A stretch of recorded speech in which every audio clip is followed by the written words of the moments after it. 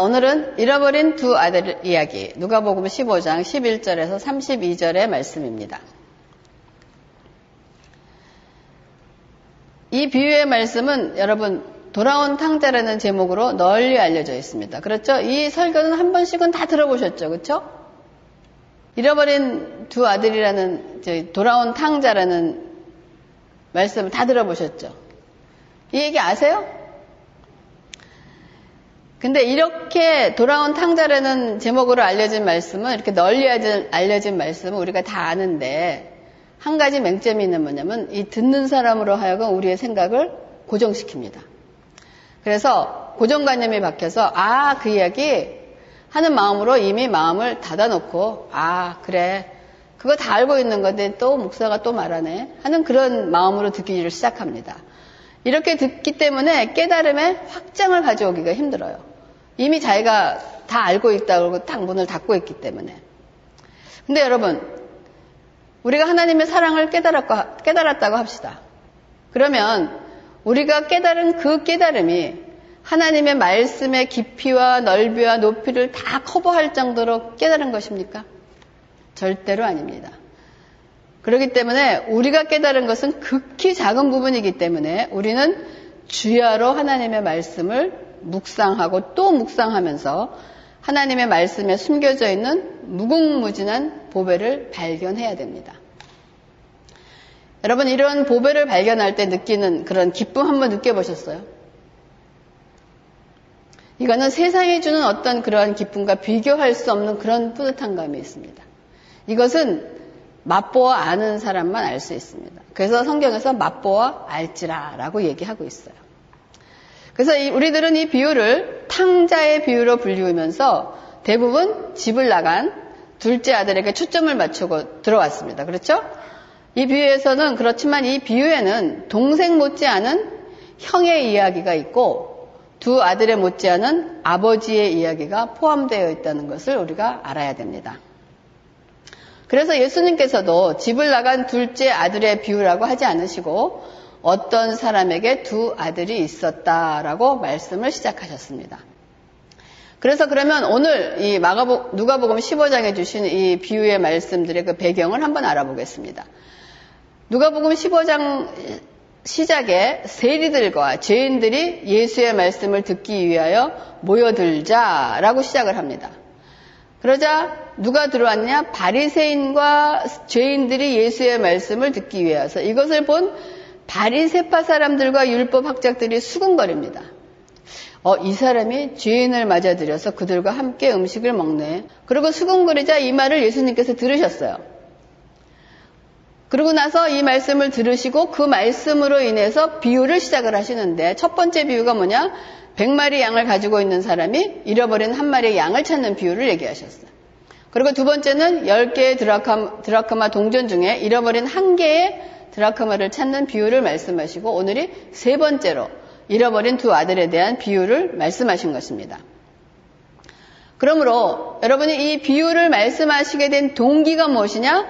이 사람이 죄인들을 맞아들여 그들과 함께 음식을 먹는다 라고 수군거렸던 대화 내용 때문입니다. 그럼 이 말씀을 들으시고 비유를 드셨다면 이 대화의 내용에 문제가 있다는 걸 짐작할 수 있죠. 그렇죠? 이 사람이 죄인들을 맞아들여 그들과 함께 음식을 먹는다. 그럼 이 비유에 등장하는 인물이 누구냐? 이 사람이 죄인을 맞아들여 그럴 때 이 사람은 누굽니까? 예수예요. 그렇죠? 그리고 죄인들이라는 것은 세리와 죄인들이 또 등장인물이고, 또 이 말을 한 누구냐?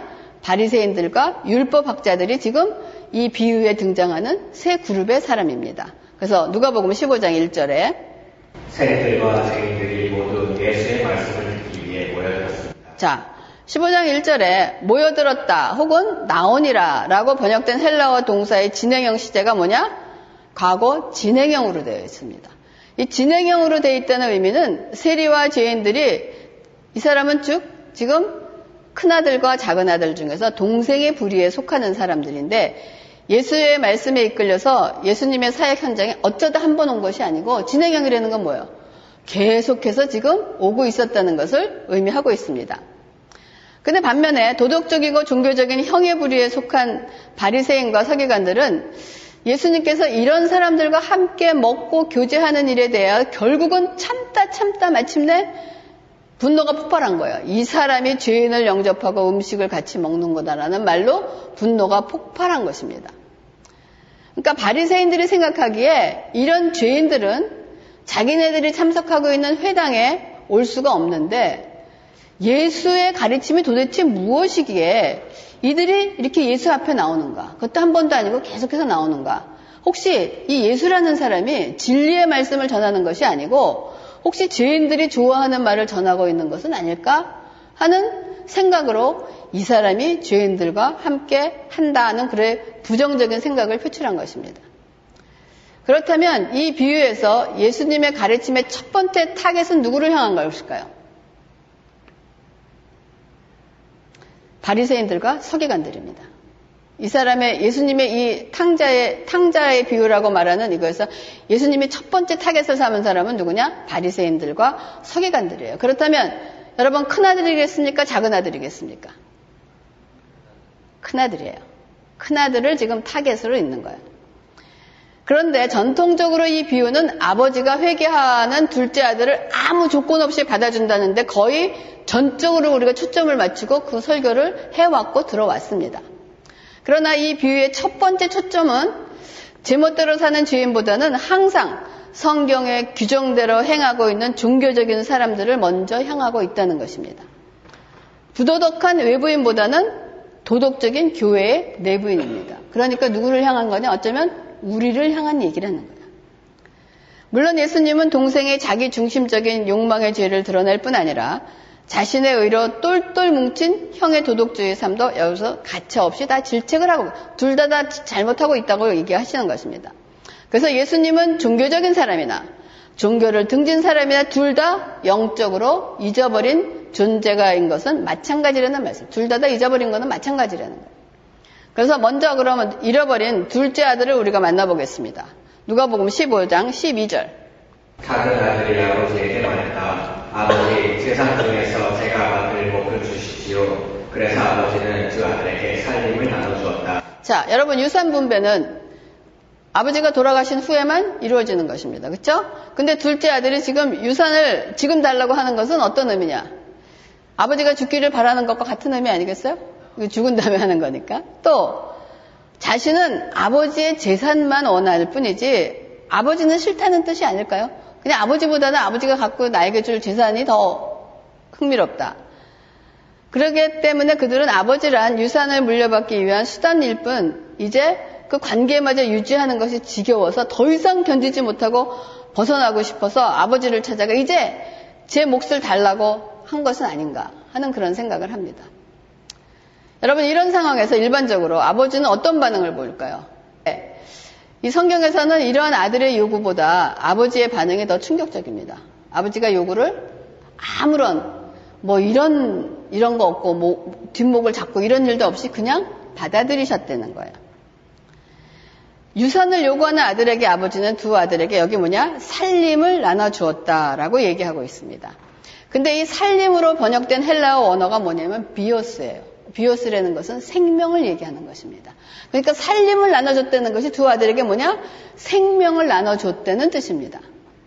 왜 생명일까요? 여러분 이 당시 재산이라 그러면 현금이 있겠습니까? 이 당시에는 현금 아니에요. 대부분 아마 땅을 소유하고 있는 것으로 아들의 몫으로 재산의 3분의 1을 떼어줘야 되는 거예요. 자, 여러분 왜 둘째 아들에게 3분의 1을 떼어주는지 아세요? 유산이 목이 있으면 큰아들하고 작은아들이 있으면 큰아들은 항상 두 사람이 있으면은 이 동생보다 몫이 하나가 더 갑니다. 그러니까 두 사람이면 셋으로 나눠요. 그래서 3분의 2는 형이고 장녀는 3분의 1이에요. 그러니까 항상 장자는 몫을 하나 더 갖게 돼 있어요.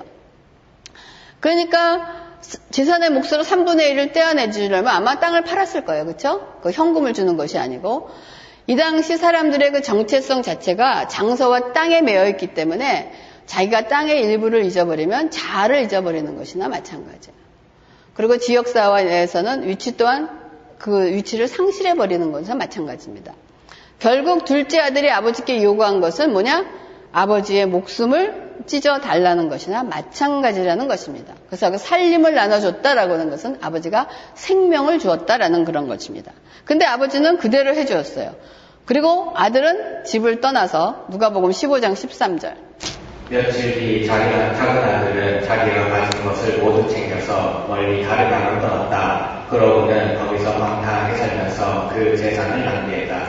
자, 이렇게 떠난 사람이 다 성공하고 잘하는 케이스는 거의 없는 것 같아요. 그렇죠? 이 둘째 아들은 멀리 다른 나라로 떠나서 허랑방탕한 생활로 전 재산을 다 날려버립니다.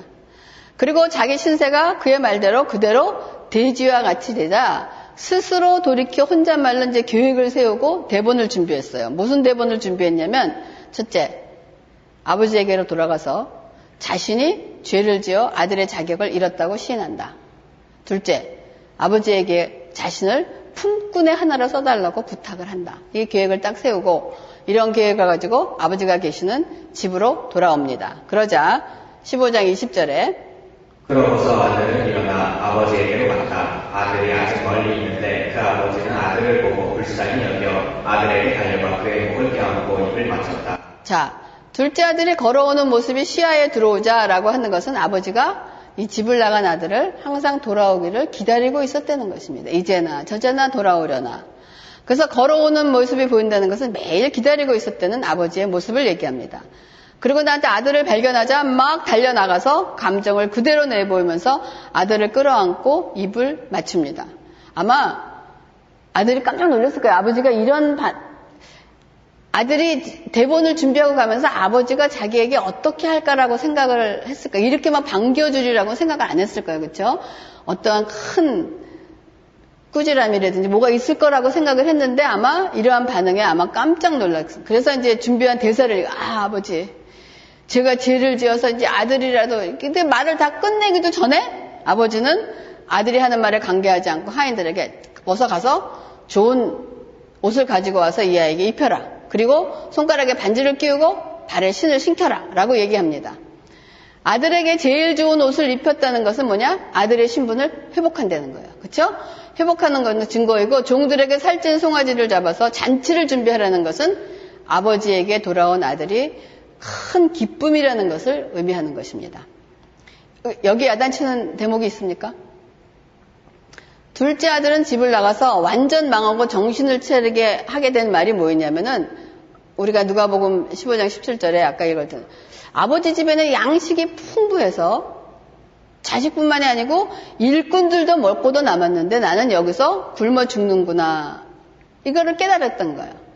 그런데 아버지 집에 돌아와 보니까 아버지 집에는 양식만 풍부한 것이 아니고 이때 아버지의 은혜도 굉장히 풍부하다는 것을 이 아들이 깨달았을 것입니다. 지금 여러분 여기서 아버지께서 보여주시는 이 모습은 우리가 많이 설교하듯이 무모할 정도로 계산하지 않는 하나님입니다. 네가 그렇게 갖고 나가더니 그렇게 갖고 돌아왔더니 너 이걸 하냐 그거에 대한 아무런 걸 묻지 않으세요. 그냥 무조건 받아들이는 그런 하나님의 은혜가 암시되어 있다는 거예요. 그러니까 아버지가 사랑으로 아들을 끌어안은 시점이 어느 시점이에요? 아들이 개과천선을 했을 때요? 아니면 아들이 준비해 놓았던 그 회개의 대사를 다 했을 때입니까? 그거에 관계없이 아버지가 그 아들을 끌어안았다는 거예요. 그것은 뭘 얘기하냐면 즉 우리가 회개해서 아버지가 우리를 받아주시는 것이 아니라 아버지가 우리를 먼저 받아주셨기 때문에 우리로부터 회개가 나온다는 것입니다. 이거는 앞뒤가 바뀐 얘기지만 굉장히 중요한 얘기. 우리가 회개했기 때문에 하나님이 우리를 받아주시는 것이 아니래. 하나님이 우리를 받아주셨기 때문에 우리로부터 회개가 나올 수 있다는 것입니다. 그러므로 여러분 하나님의 은혜는 인간의 어떤 공로나 뼈저린 회개로 얻어낼 수 있는 것이 아니라는 거예요. 아버지의 사랑과 은혜는 하나님 아버지께서 값없이 베풀어 주시는 은혜의 하나인 것입니다. 하나님이 우리에게 그 은혜를 주셨기 때문에 우리가 회개할 수 있고 깨달을 수 있다는 것을 여기서 작은 아들을 통해서 얘기를 해주는 것입니다. 그러면 이번에 큰아들이 아버지를 욕되게 할 차례입니다. 큰아들이 그러면 비행이 무엇일까?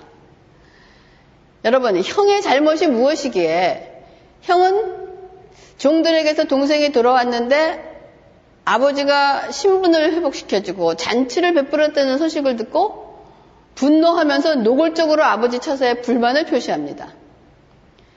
여러분, 집을 나가서 죽었는지 살았는지도 소식을 모르는 동생이 돌아왔으면 우선 뭐 할까요? 기쁘지 않을까요?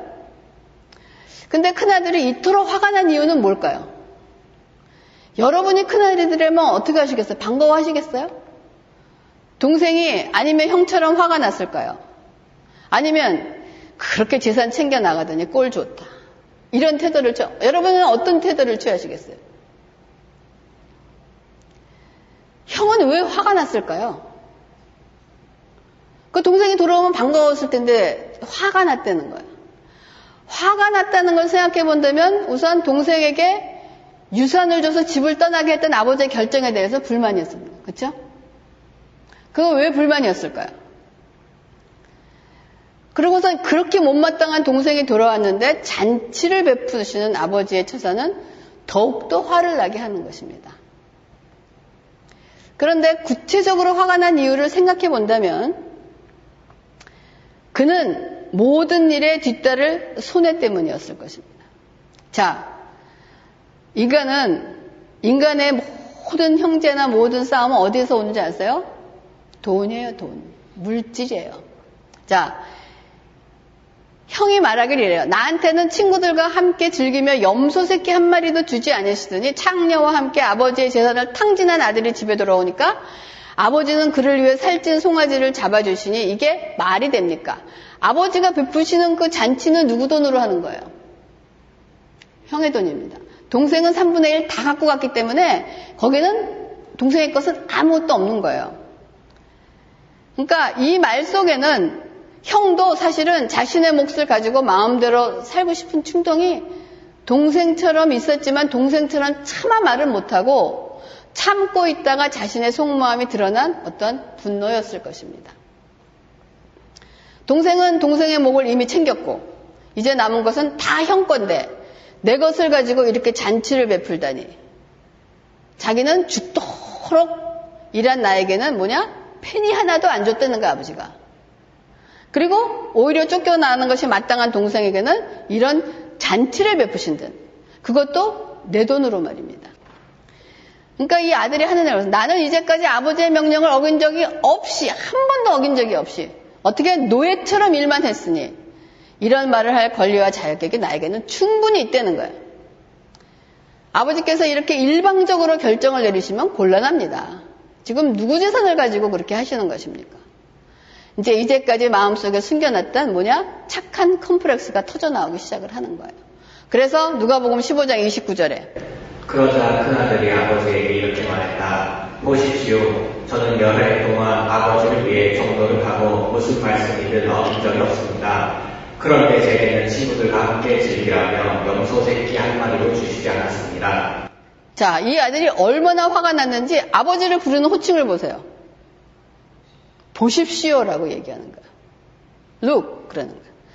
야, 아버지를 부르지 않고 look 이거는 보십시오라고 그러면 아마 이전 정도 이봐요. 영감님 노망하셨습니까? 이런 정도의 이런 느낌인 거야. 아버지라고 부르지도 않고 look 아버지 얼마나 화가 났으면. 그러니까 아버지에게는 이런 작은 아들의 행동도 황당했겠지만 아버지에게는 이 대드는 큰 아들의 행동에도 아버지께서는 무척 황당했을 것입니다. 아버지의 반응은 어땠습니까? 누가복음 15장 31절에서 32절입니다. 아버지가 말했다. 애야, 너는 항상 나와 함께 있지 않느냐? 또 내가 가진 모든 것이 다 네 것이다. 그러나 이 동생은 죽었다가 다시 살아났고 내가 그를 잃었다가 찾았으니 우리가 잔치를 벌이며 기뻐하는 것이 당연하다. 자, 아버지는 작은 아들과 마찬가지로 큰 아들이 이러는 것에 대해서 한 번도 화를 내지 않으시고 아들아, my son 라고 부르십니다. 그리고 너도 잔치에 함께 하자. 너는 나와 항상 함께 있었고 내 것이 모두 내 것이 아니냐. 내 동생은 죽었다가 살아났으니 우리가 함께 기뻐하는 것이 당연하지 않느냐 아들아 라고 이 비유는 결론을 내리지 않고 이것으로 끝이 납니다. 형이 잔치에 참여해서 모든 식구와 화해를 했는지 아니면 계속 불편하게 했는지는 알 수가 없어요. 지금 그냥 이대로 끝나버린단 말이에요. 그럼 둘째 아들을 통하여 묘사된 죄는 누구나 수긍할 수 있을 것입니다. 그렇죠? 둘째 아들이 죄인이라는 것은 당연한 거예요. 왜냐면 집안을 욕되게 하고 허랑방탕하게 살면서 아버지와 멀어진 사람, 이렇게 사는 사람은 누구든지 하나님으로부터 끊어질 것이라는 것에 대해서는 반박할 사람이 아무도 없을 것입니다. 그렇죠? 그런데 이 큰아들의 경우는 아버지에게 철저히 순종했습니다. 그리고 자신을 철저하게 통제된 삶을 살았습니다. 자신을 위해서는 염소 새끼 한 마리도 안 잡고 살았단 말이에요. 그러니까 두 아들을 일반적인 기준의 잣대로 대어본다면 동생은 못됐고 형은 착하다고 할 수 있지만 지금 예수님은 아버지와 멀어져 있기는 둘 다 똑같이 멀어져 있다라고 얘기하고 있다는 거예요. 그렇기 때문에 아버지가 밖으로 나가서 둘 다 사랑의 잔치로 불려드려야 할 대상이 되는 겁니다. 그러므로 비유 속에 잃어버린 아들은 하나가 아니라 둘이라는 거예요. 둘 다 잊어버린 아들이라는 거예요. 근데 예수님의 비유의 이야기는 못된 아들, 그러니까 작은 아들은 아버지의 잔치에 들어갔죠. 그렇죠? 옷도 갈아입고 신발도 가고 반지도 끼고 잔치도 들어갔는데 맏아들은 아버지로부터 멀어진 상태 그대로 놓아두시고 비유를 마치셨다는 거예요. 그러면 창녀들과 허랑방탕한 사람은 구원을 받는데 도덕적으로 올바른 사람은 여전히 잃어버린 상태로 이야기가 끝나고 계시다는 것입니다. 그러면 여러분 아까 얘기했죠. 이 이야기를 듣고 있던 이야기의 타겟의 대상이 누구였어요? 바리새인들과 서기관들이었어요. 바리새인들과 서기관들은 나름대로 나는 이만하면 하나님의 사람이고 하나님을 잘 믿고 구원 듣는 사람이라고 하는 사람이 듣는 건데 지금 그 얘기를 듣고 나니까 뭐예요? 자기네들은 잔치에 못 들어가고 있다는 얘기를 지금 들으니까 이 사람네들은 지금 어떻겠습니까? 이 얘기를 들으면 아마 지금 말로 얘기하면 헐이었을 거예요. 아마 멘붕 상태가 됐을 것입니다. 그래서 아니 저런 죄인들은 잔치에 들어가고 우리들은 못 들어간단 말이냐? 이 말도 안 되는 소리. 그러나 결국은 여러분 이 형들과 같은 이러한 사람들에 의해서 예수님이 십자가에 못 박혀 돌아가셨다는 것을 우리가 나중에 짐작할 수가 있습니다. 그러면 형은 왜 잔치에 들어가지 않았는가? 아니면 형이 잔치에 들어가지 못하게 막고 있는 것은 여러분 무엇이었기 때문에 형이 잔치에 안 들어갔을까요? 여기 잔치는 천국 잔치고 하나님의 나라입니다. 왜 형은 거기에 들어가지 않았을까? 누가복음 15장 29절에 뭐냐면 보십시오. 저는 여러 해 동안 아버지를 위해 종노릇하고 무슨 말씀이든 어긴 적이 없습니다. 라고 얘기하고 있어요. 여러분 이 말씀은 형이 착함에도 불구하고 못 들어간 것이 아니라 착하기 때문에 못 들어갔다는 것입니다. 여러분 이해가 가세요? 여러분 착함에도 불구하고 못 들어간 것이 아니고 착하기 때문에 못 들어갔다는 것이에요. 결국은 자신과 아버지를 갈라놓은 것은 자신의 도덕적인 자랑에 대한 교만입니다. 이것이 뭐냐? 자기의 의입니다. 형은 내가 아버지 말씀도 잘 들었고 내가 한 번도 순종을 어긴 적도 없고 내가 모든 것을 다 했는데 어디 있냐? 내 의로부터 나는 이렇게 했는데 아버지 지금 그런 행동을 뭐가 드니까 나는 받아들일 수 없다는 거예요. 그거 뭐냐? 결국은 인간의 의를 얘기하고 있는 것입니다. 그렇기 때문에 이 사람은 착함에도 불구하고 못 들어간 것이 아니고 착하기 때문에 못 들어갔다는 말이 굉장히 무서운 말씀입니다. 그러므로 그를 아버지의 잔치에 동참하지 못하게 하는 것은 그의 악이 아니라 뭐냐? 그의 바로 의인 것입니다. 즉 내가 이렇게까지 했는데 아버지 저한테 이렇게 하시면 안 되죠.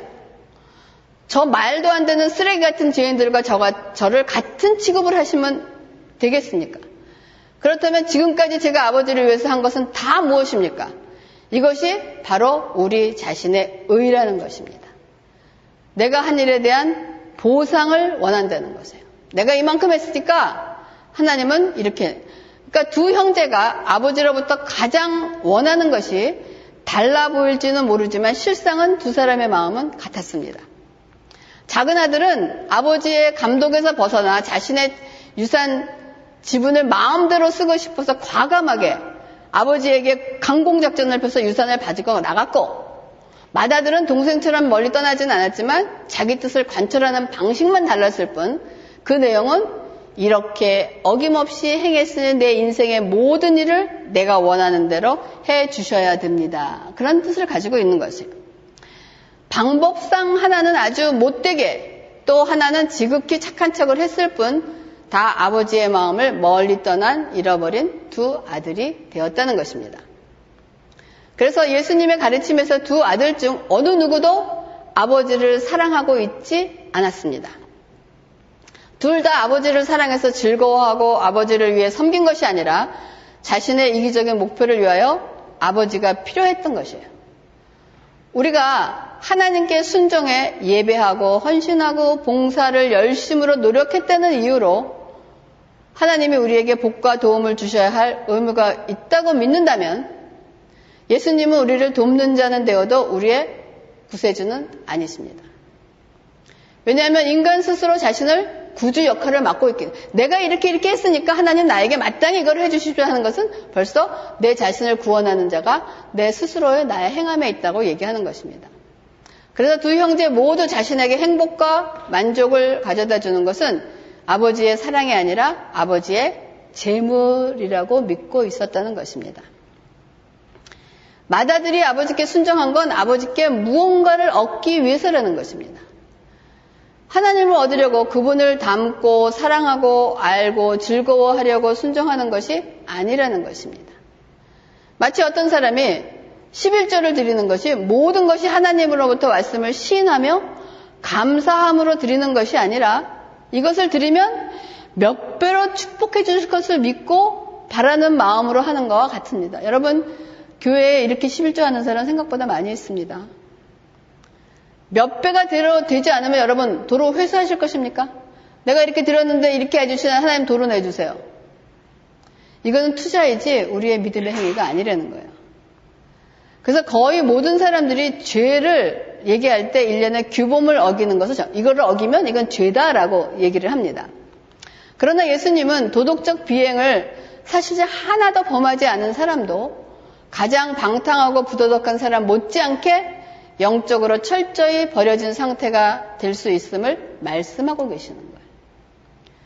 여러분, 죄란 단순히 규범을 어기는 것이 아니라 구주요 주님이요 재판장이신 하나님 자리에 자신이 올라서서 자기의 삶에서 아버지의 권위를 몰아내는 것입니다. 그러면 영적으로 잃어버린 상태는 무엇을 말하는 것이냐? 여러분, 동생이 잃어버린 상태의 종착지는 우리가 돼지 우리에서 확실히 드러납니다. 그의 방종으로 인해서 친구와 돈과 자원이 다 바닥나고 삶이 완전히 무너졌습니다. 마침내 동생은 자신의 길을 잃었음을 깨닫고 돌아가 삶을 재건하려고 아버지께 돌아옵니다. 그리고 또 형의 잃어버린 상태가 또 있다는 거예요. 형의 상태의 특징을 살펴보면 뭐냐면 형은 항상 뭐가 있어요? 화가 나 있어요. 그는 하는 말마다 원망이 뚝뚝 떨어집니다. 이런 형들은 왜 이렇게 화가 나 있고 원망이 되냐면 자신이 착하게 살면 삶이 행복해져야 한다고 믿고 자신의 기준에 부합하려고 열심히 노력하면 하나님의 평탄의 길을 주어야 할 의무가 있다라고 믿기 때문입니다. 우리가 하나님과의 그래서 형통이라는 것은 모든 것이 잘 되는 것이라고 믿고 있는 사람이 많아요. 그래서 우리 사람들이 어떤 어려움을 당할 때 사람들이 뭐냐? 너 하나님께 무슨 죄 졌냐? 라고 물어보는 이유가 그거예요. 하나님께 뭐 죄진 사람만이 어떤 일을 안 되고 형통하지 못하는 것이 아니라는 거예요. 근데 형 같은 태도를 가진 사람은 자기의 삶이 자기 뜻대로 풀리지 않을 때 그냥 슬픈 정도가 아니라 뭐냐? 하나님에 대한 분노와 원한이 깊어진다는 거예요. 하나님이 이러실 수가 있는가? 내가 도대체 뭘 잘못, 내가 이만큼 했는데 나한테 어떻게 이러실 수가 있는가? 이런 마음이 있다는 거예요.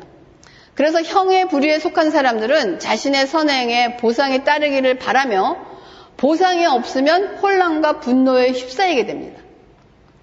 그러나 삶이란 여러분이 짧은 아직 젊은 인생을 살아봤지만 여러분 마음대로 풀리십니까? 우리의 삶이 절대로 우리의 마음대로 풀리지 않는다는 거예요. 그래 풀리지 않기 때문에 이런 사람들은 항상 마땅히 받아야 할 것보다 나는 항상 덜 받고 덜 받고 있다라고 그렇게 돼요. 내가 이만큼 했는데 왜 하나님은 요만큼밖에 안 주시는가? 그래서 저 사람은 잘 되는데 왜 나는 이 모양인가? 내가 이렇게 열심히 하고 있는데 말이야. 여러분 만족이 없습니다. 만족할 줄도 모릅니다. 항상 부족함을 느끼는 것입니다. 그리고 또한 이런 사람은 우월감에 찌들려 있어요. 상대를 향해 우월감을 품은 상태이기 때문에 사람을 용서하기란 거의 불가능합니다. 형이 동생하고 생각할 때 형은 동생에 대한 우월감. 형이 생각할 동생은 저거는 말도 안 되는 거야. 자기하고 도저히 비교의 대상도 안 되는 거야. 그렇기 때문에 그 사람에 대해서는 용서하기가 불가능합니다. 자기와 비교해서 자기가 차지해야 할 몫을 아무런 노력 없이 받아들여진 사람들을 도저히 용서할 수가 없는 거예요. 나는 이만큼 했는데 저거는 다 가서 써버리고 났는데도 저렇게 되더니 저거는 용서할 수가 없다는 거예요. 이러한 형의 태도를 품은 사람은 기쁨이 없는 두려움에 기초한 여러분 맹종입니다. 형은 아버지를 위해 종노릇하고 무슨 말씀이든 어긴 적이 없습니다라고 말하는데 종처럼 섬겼다는 것입니다. 여러분이 하나님을 섬길 때, 여러분이 주일에 와서 예배를 드릴 때 여러분의 마음을 보세요. 기쁨이나 사랑이 없이 의무감으로 아버지께 순종을 보였다는 것이에요. 노예처럼 일하는 것은 어떤 의미입니까? 마음이 끌려 자원하는 것이 아니라 무력으로 가해질 결과에 대한 두려움 때문에 일해. 이거 안 하면 벌 받기 때문에 무서워서 일을 하는 거예요. 주일날 교회 안 가면 무슨 일이 벌어질 것 같아서, 무슨 재난 당할 것 같아서 가는. 이거나 똑같은 거라는 거예요. 11조 하지 않으면 큰 손해를 볼 것 같아서 꼬박꼬박 내는 사람들. 이런 행함은 결과에 대한 두려움 때문에 행해지는 것이지 나의 행함의 대상이 되시는 하나님을 향한 기쁨과 감사와 자원하는 심령이 없다는 것입니다. 그렇기 때문에 이 형들에 속한 사람들은 이 말씀에 비춰 반드시 자신들을 들여보아야 합니다. 동생은 자신이 아버지와 멀어져 있음을 알았어요. 그렇지만 형은 모릅니다. 그러므로 형의 잃어버린 상태가 어쩌면 더 위험한 거라는 거예요. 자신의 상태에서 아무런 문제도 보지 못하기 때문에 형들은 하나님께 가서 자신의 상태를 치유해달라고 구할 일이 없기 때문에 결과적으로는 치명적인 결과를 낳을 수 있다는 거예요. 여러분, 오늘은 이 비유의 말씀을 통해서 두 아들 모두 잃어버린 자가 되었고 이 두 가지 인생 모두 자체적으로 어떠냐? 파멸의 씨앗이 들어있다는 것을 우리가 알았습니다. 그런데 이 두 가지 인생의 구체적인 해답은 어디서 그럼 찾을까요? 이 형은 어디서 찾고 동생은 어디서 인생의 답을 찾아야 되느냐 이거야. 근데 그 답을 찾으려면 예수님이 이 비유의 등장인물 가운데 빼놓으신 인물이 하나 있어요.